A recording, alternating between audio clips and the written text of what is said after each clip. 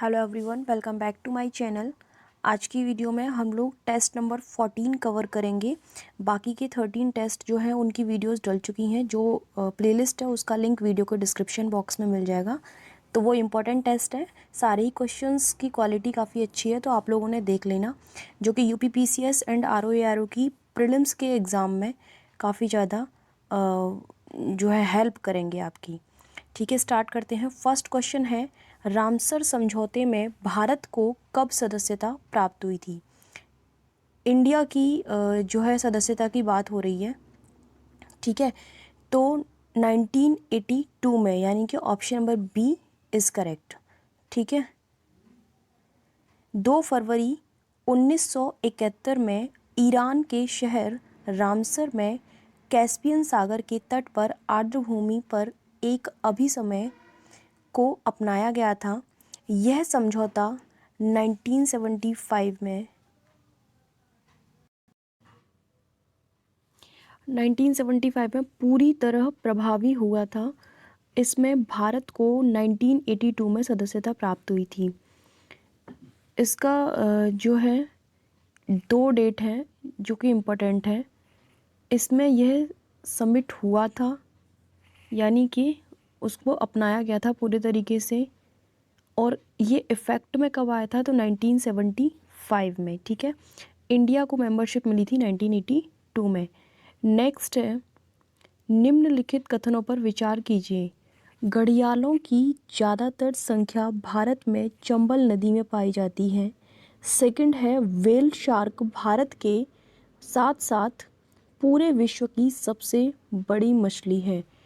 इसमें हमें जानना है कि असत्य कथन कौन सा है, केवल एक, केवल दो, एक और दो, दोनों, या फिर कोई भी नहीं इनमें से। ठीक है, तो ये दोनों ही स्टेटमेंट बिल्कुल करेक्ट है। It means option number D जो है हमारा करेक्ट हो जाएगा, बिकॉज यहाँ पूछा है कि इनमें से इनकरेक्ट कौन सा है, तो कोई भी नहीं है, तो डी जो है आंसर हो जाएगा। प्रश्न में दिए गए दोनों ही कथन बिल्कुल सत्य हैं। क्वेश्चन नंबर 3, निम्नलिखित कथनों में से सत्य कथन कौन सा है? भारत में वन्यजीव संरक्षण अधिनियम 9 सितंबर 1980 को लागू हुआ था। दूसरा स्टेटमेंट है, भारत में वन संरक्षण अधिनियम 25 अक्टूबर 1972 को लागू हुआ था। सत्य कथन जो है इसमें हमसे पूछे गए हैं, केवल एक, केवल दो, एक और दो, दोनों, या फिर ना एक ना ही दो। तो ये दोनों ही स्टेटमेंट में थोड़ी थोड़ी मिस्टेक है। ठीक है, सबसे पहला पूछा गया है कि भारत में वन्यजीव संरक्षण अधिनियम 9 सितंबर, उल्टा कर दिया गया है, 1972 में लागू हुआ था, और भारत में वन संरक्षण अधिनियम 25 अक्टूबर 1980 में लागू हुआ था। इसका अपोजिट कर दोगे तो ये दोनों ही स्टेटमेंट करेक्ट हो जाएंगे। इट मीन्स दोनों ही गलत हैं, तो डी आंसर हो जाएगा हमारा। एनवायरनमेंट से लिया गया ये क्वेश्चन है। भारत में वन्यजीव संरक्षण अधिनियम 9 सितंबर 1972 को लागू हुआ था, जबकि वन संरक्षण अधिनियम 25 अक्टूबर 1980 को लागू किया गया था। क्वेश्चन नंबर 4 देखेंगे। यूट्रिफिकेशन संबंधित है वायु प्रदूषण से, जल प्रदूषण से, ध्वनि प्रदूषण से, या फिर परमाणु प्रदूषण से। ठीक है, तो ये हमारा यूट्रिफिकेशन जो है वो जल प्रदूषण से संबंधित है। It means option number B is correct answer. जब अत्यधिक पोषक तत्व वाटर बॉडी तक पहुंच जाते हैं तो शैवालों की संख्या में तेजी से वृद्धि को बढ़ावा मिलता है। बाद में जल में ऑक्सीजन की कमी हो जाती है तथा जल की गुणवत्ता जो है वो खराब हो जाती है, जिसको हम यूट्रिफिकेशन का नाम देते हैं। Okay, so option number B is correct. Question number 5, निम्नलिखित युग्मों में कौन सुमेलित नहीं है? तो यहाँ पर कुछ संस्थानों के नाम दिए गए हैं और उनके जो है मुख्यालय कहाँ पर है वो जगह के नाम दिए गए हैं, तो हमें इनकरेक्ट बताना है। पारिस्थितिकी विज्ञानों का केंद्र कोलकाता, भारतीय वन प्रबंधन संस्थान इन भोपाल, भारतीय वन्य पक्षी संस्थान देहरादून, आयुर्वेद का राष्ट्रीय संस्थान इन जयपुर। ठीक है, तो इनमें से जो इनकरेक्ट है, ठीक है, सॉरी, इनमें से जो इनकरेक्ट है वो है आपका कोलकाता वाला, क्योंकि जो पारिस्थितिकी विज्ञानों का केंद्र है वो बेंगलुरु में है, ना कि कोलकाता में। It means option number A is correct. पारिस्थितिकी विज्ञानों का केंद्र बेंगलुरु में स्थित है, न कि कोलकाता में। ठीक है, और अन्य युग्म जो है वो बिल्कुल सही है। तो यहाँ से आप जो 3 संस्थान दे रखे हैं इनके मुख्यालय कहाँ पर हैं वो याद कर सकते हो। Question number 6, world wild life fund की स्थापना कब हुई थी? ठीक है, ये पूछा गया है आपसे इसमें। तो आपके ऑप्शन है 1960 में, 1963 में, 1965 में या फिर 1961 में। तो इसकी स्थापना हुई थी 1961 में। ठीक है, option number D is correct. World wild life fund यानी कि WWF जिसे आप शॉर्ट में कहते हो, इसका गठन वर्ष 1961 में हुआ था तथा यह पर्यावरण के संरक्षण, अनुसंधान एवं रख रखाव संबंधी विषयों पर कार्य करता है। अब इसका नाम world wide fund for nature हो गया है। इसका मुख्यालय जो है वह ग्लैंड में है, यानी कि स्विट्जरलैंड में। इसका प्रतीक चिन्ह जो है वह जॉइंट पांडा है। ओके, तो ये कुछ चीज़ें याद रखना, वनडे एग्ज़ाम में कई बार पूछ ली जाती हैं। इसका जो करेक्ट आंसर है वह डी है। ओके, क्वेश्चन नंबर 7, हाइड्रोफोबिया किसके द्वारा होता है? ऑप्शंस हैं जीवाणु, प्रोटोजोआ, कवक या फिर विषाणु। तो जो हाइड्रोफोबिया होता है वह विषाणु के द्वारा होता है। Option number D is correct. ठीक है, पानी से डरने की प्रक्रिया को हाइड्रोफोबिया कहा जाता है, आप सभी जानते हैं। ठीक है, इसमें रोगी पानी के सामान्य प्रयोग से नहीं डरता, लेकिन कुछ जगहों पर जैसे पानी काफ़ी ज़्यादा होता है, लाइक नदी, झील, समुद्र के पास जाने से या तैरने से जिस इंसान को हाइड्रोफोबिया होता है वह घबराता है। हाइड्रोफोबिया रेबीज़ का पुराना नाम भी है। रेबीज़ का विषाणु केंद्रीय नाड़ी तंत्र को प्रभावित करता है। ओके, उसके बाद नेक्स्ट है क्वेश्चन नंबर 8, लौंग के पौधे का वानस्पतिक नाम क्या है? ऑप्शंस हैं साइजिजियम एरोमेटिकम या फिर क्रोकस सटाइवा, यूजिनोल सटाइवा या फिर साइजिजियम यूजिनोल। ठीक है, तो लौंग के पौधे का वानस्पतिक नाम पूछा गया है। ऑप्शन नंबर ए जो है वह करेक्ट हो जाएगा, क्योंकि लौंग के पौधे का वानस्पतिक नाम है syzygium aromaticum. Option number A is correct. ठीक है, यह मध्यम कद वाले सदाबहार वृक्ष की सूखी हुई पुष्प कलिका है। लौंग एक प्रकार का मसाला है, इसके तेल को यूजिनोल कहा जाता है। इंटरेस्टिंग एंड इम्पोर्टेंट फैक्ट है, so please learn it. Okay, next question number 9 की बात करेंगे हम। निम्नलिखित युग्मों में से कौन सा सुमेलित नहीं है, ये पूछा गया है। तो कुछ अध्ययन क्या यहाँ पर कुछ वो दिए गए हैं, यानी कि अभी आपको पढ़ने के बाद समझ में आएगा। जैसे सिल्वी कल्चर है तो वह स्पंज संवर्धन को सिल्वी कल्चर कहा जाता है। मत्स्य पालन को, मत्स्य यानी मछली पालन जो है उसको क्या नाम दिया जाता है? पिसी कल्चर। एंड पक्षी पालन को एवीकल्चर और अंगूर उत्पादन को विटीकल्चर। विच इज़ इनकरेक्ट, आपको ये बताना है इसमें से। तो देखिए, जो सिल्वी कल्चर है, स्पंज संवर्धन, this is incorrect. Option number ए जो है वह आपका आंसर हो जाएगा। क्यों हो जाएगा? क्योंकि जो सिल्वी कल्चर है, सिल्वी कल्चर का संबंध वन संवर्धन से है, जबकि स्पॉन्जी कल्चर का संबंध जो है वह स्पंज संवर्धन से है। ऑप्शन नंबर ए जो है करेक्ट जाएगा, लेकिन बाकी के जो पेयर हैं वो करेक्ट हैं। ओके, क्वेश्चन नंबर 10, जैव विकास परिकल्पना पर पहला तर्कसंगत सिद्धांत किसने दिया था? योर ऑप्शंस आर ह्यूगो डीब्रीज या फिर चार्ल्स डार्विन या फिर लेमार्क या फिर वॉटसन एवं क्रीक। जैव विकास की बात हो रही है, करेक्ट आंसर आपको बताना है। तो जैव विकास परिकल्पना पर पहला तर्कसंगत जो थ्योरी दी थी वह दी थी लेमार्क ने। Option number C is correct. Okay, फ्रांसीसी वैज्ञानिक जेबी लैमार्क ने सर्वप्रथम 1809 ईस्वी में जैव विकास के अपने विचारों को अपनी पुस्तक फिलोसॉफिक जूलॉजिक में प्रकाशित किया है। इसे लैमार्कवाद या फिर उपार्जित लक्षणों का वंशागति सिद्धांत भी कहते हैं। तो बुक का नाम याद रखना, ठीक है। नेक्स्ट, ये सिद्धांत कब दिया है ये चीज़ भी याद रखनी है। क्वेश्चन नंबर 11,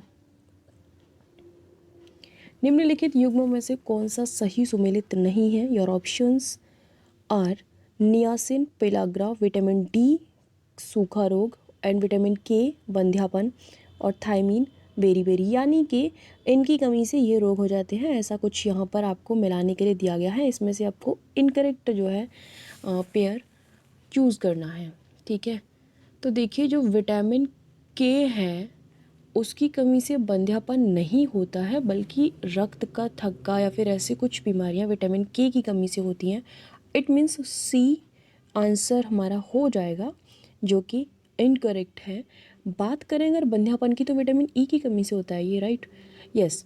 विटामिन के की कमी से रक्त का थक्का बनने में समस्या उत्पन्न होती है, जबकि बंध्यापन विटामिन ई की कमी से होता है। और अन्य युग्म बिल्कुल सही है। क्वेश्चन नंबर 12, विटामिन डी की अल्पता से कौन सा रोग हो जाता है? Your options are rickets, osteoporosis, anaemia या फिर रतौंधी। ऑप्शंस देख लेते हैं एक बार। केवल 1 व 2, 2 व 3, 1 व 3 या फिर केवल 4। तो देखिए, विटामिन डी की कमी से आपको 2 रोग इनमें से होते हैं, that is rickets and osteoporosis. It means option number A is correct, right. Vitamin D की अल्पता से रिकेट्स और ऑस्टियोपोरोसिस रोग हो जाते हैं, जबकि एनीमिया और आयरन की अगर हम बात करते, एनीमिया आयरन की कमी से तथा रतौंधी विटामिन ए की कमी से होता है, ठीक है। तो इन दोनों की ही हम बात यहाँ पर कर चुके हैं एक्सप्लेनेशन में, याद रखना। रतौंधी जो है कई बार पूछा गया है। नेक्स्ट है क्वेश्चन नंबर 13, निम्न में से किसके कारण रक्त का रंग लाल होता है? Your options are haemocyanin, WBC, plasma या फिर हीमोग्लोबिन, ठीक है। तो पूछा गया है कि आपके जो ब्लड का कलर रेड होता है, what is the reason behind that? Okay, so देखिए, हमारे जो रक्त का कलर लाल होता है उसका रीज़न है हीमोग्लोबिन।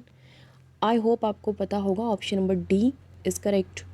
रक्त में लाल रंग हीमोग्लोबिन के कारण होता है। हीमोग्लोबिन रेड ब्लड सेल या फिर आप उसे आरबीसी का नाम भी दे सकते हो, यह इसका भाग होता है। क्वेश्चन नंबर 14, लिटमस पेपर प्राप्त होता है किससे? जीवाणु से, लाइकेन से, विषाणु से या फिर प्रोटोजोआ से, ठीक है। तो जो लिटमस पेपर है वह हमें विषाणु से प्राप्त होता है। Option number C is correct, right. इसका एक्सप्लेनेशन देख लेते हैं। एक मिनट, कुछ गड़बड़ हुआ है मुझसे, सॉरी। मैं एक बार फिर से चेक करती हूँ। लिटमस पेपर प्राप्त होता है लाइकेन से, नॉट विषाणु से। Option number B is correct, ठीक है। मिस्टेक हो गई थी मेरे से। लिटमस जल में घुलनशील विभिन्न रंजकों का एक मिश्रण होता है। साइंस साइड वाले जो स्टूडेंट्स हैं उनको बेहतर नॉलेज होगी इस बारे में, जो थैलोफाइटा समूह के लाइकेन नामक पौधे से निकाला जाता है। यह अम्ल और क्षार का सूचक होता है। क्वेश्चन नंबर 15, हेपेटाइटिस बी का कारक क्या है? योर ऑप्शंस आर जीवाणु, कवक, डीएनए वायरस, आरएनए वायरस, ठीक है।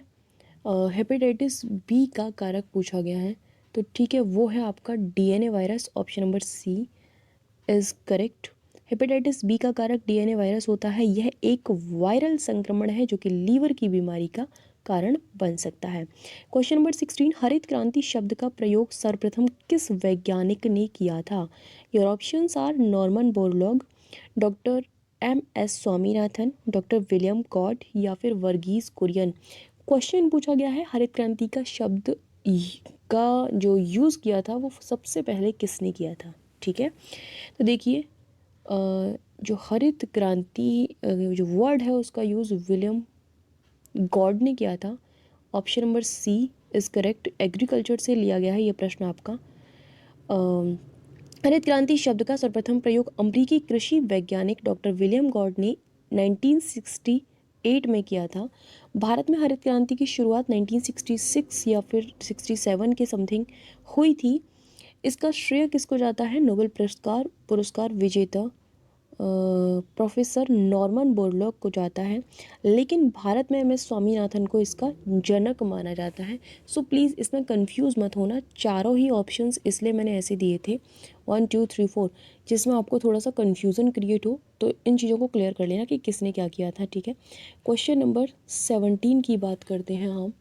ठीक है, तो क्वेश्चन है आपका, पीत क्रांति का संबंध किससे है? योर ऑप्शंस आर मत्स्य उत्पादन, तिलहन उत्पादन, खाद्यान्न उत्पादन या फिर प्याज उत्पादन सॉरी।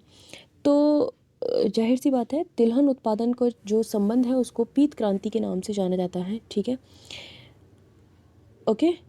सो नेक्स्ट अब हम बात करेंगे क्वेश्चन नंबर 18 की। ठीक है, निम्न मिश्र धातुओं में किस में तांबे की मात्रा सर्वाधिक होती है? जर्मन सिल्वर में, कांसा में, गन मेटल में या फिर पीतल में तांबे की मात्रा सर्वाधिक होती है, यह पूछा गया है। ठीक है, तो कांसे में सबसे ज़्यादा तांबा होता है, ऑप्शन नंबर बी इस करेक्ट। देख लेते हैं एक बार, मिश्र धातु और तांबे की मात्रा कांसे में होती है 88%, गन मेटल में 85%, पीतल में 68 to 71%, जर्मन सिल्वर में 50% होती है।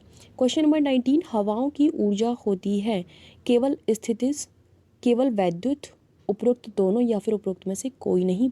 बिल्कुल इनमें से कोई भी नहीं है, क्योंकि हवाओं की जो ऊर्जा होती है वो गतिज होती है। ऑप्शन नंबर कुछ भी नहीं, ऑप्शन नंबर डी करेक्ट हो जाएगा यहाँ पर। तो हवाओं में केवल गतिज ऊर्जा होती है। क्वेश्चन नंबर 20, अंतरिक्ष यान जो चक्कर लगा रहा है से एक सेब छोड़ा जाता है, तो सेब अंतरिक्ष यान के साथ साथ उसी गति से गतिवान होगा, अधिक गति से गतिवान होगा, कम गति से गतिवान होगा या फिर पृथ्वी की ओर गिरेगा, ये आपको बताना है। तो देखिए, यदि आप एक सेब को छोड़ते हो, अंतरिक्ष यान जो चक्कर लगा रहा है, ये वहाँ से एक सेब को छोड़ा जाता है, तो वह सेब क्या करेगा? इन चारों ऑप्शन में से आपको ये बताना है।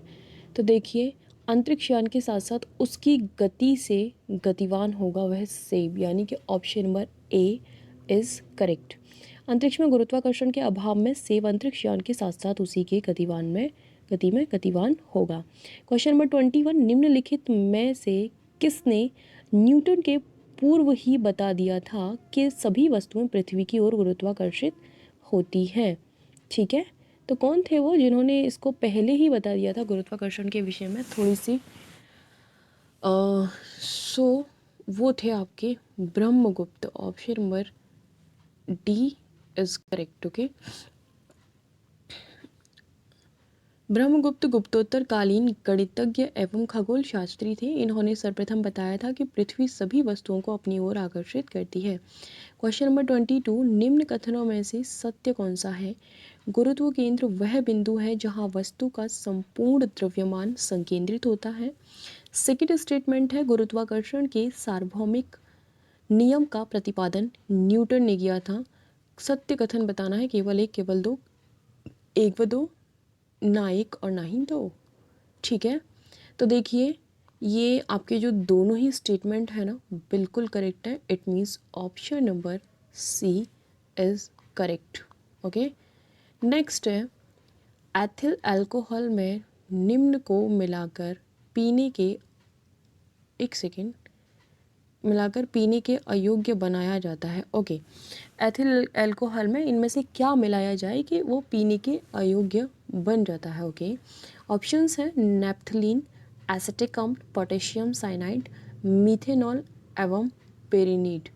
तो एथिल अल्कोहल को पीने के अयोग्य बनाने के लिए मीथेनॉल एवं पेरिनीड का उसमें यूज़ किया जाता है, मिलाया जाता है। ठीक है, जिसके बाद क्या होता है, यह जहर बन जाता है और इसको पीने से व्यक्ति की मृत्यु हो जाती है, इसलिए इसको मिलाया जाता है।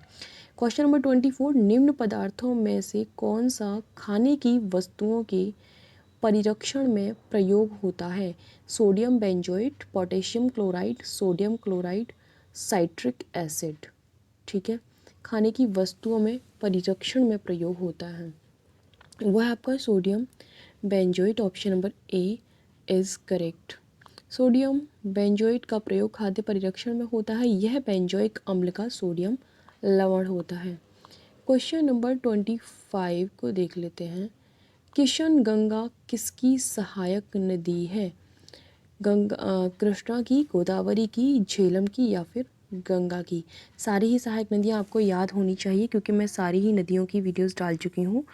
एक एक नदी को मैंने डिटेल में वहाँ पर समझाया और विद मैप। ओके, सो हाँ, यहाँ पूछा है किशन गंगा किसकी सहायक नदी है? That is Jhelum. C, option number C is correct. Kishan Ganga Jhelum की सहायक नदी है जिसे पाकिस्तान में नीलम नाम से जाना जाता है। ओके, सो आपके 25 क्वेश्चंस कंप्लीट हो चुके हैं। मिलते हैं नेक्स्ट वीडियो में। Thank you so much for watching my video.